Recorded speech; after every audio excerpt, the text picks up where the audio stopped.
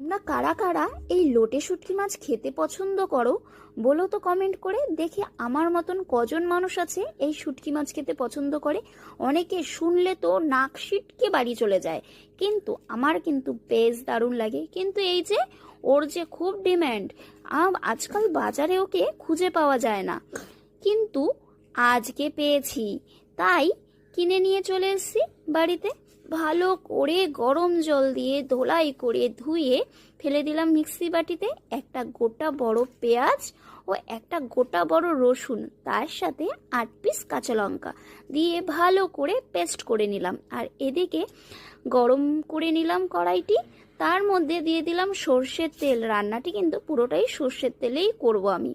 আর এদিক থেকে আরেকটা গোটা পেঁয়াজ নিয়ে কুচি করে নিলাম। আর এদিক থেকে কয়েক পিস রসুন নিয়ে আধা ভাঙা করে তারপরে এই গোটা একটা শুকনো লঙ্কা ফোড়ন দিয়ে পেঁয়াজটাকে ভালো করে ভেজে নেব।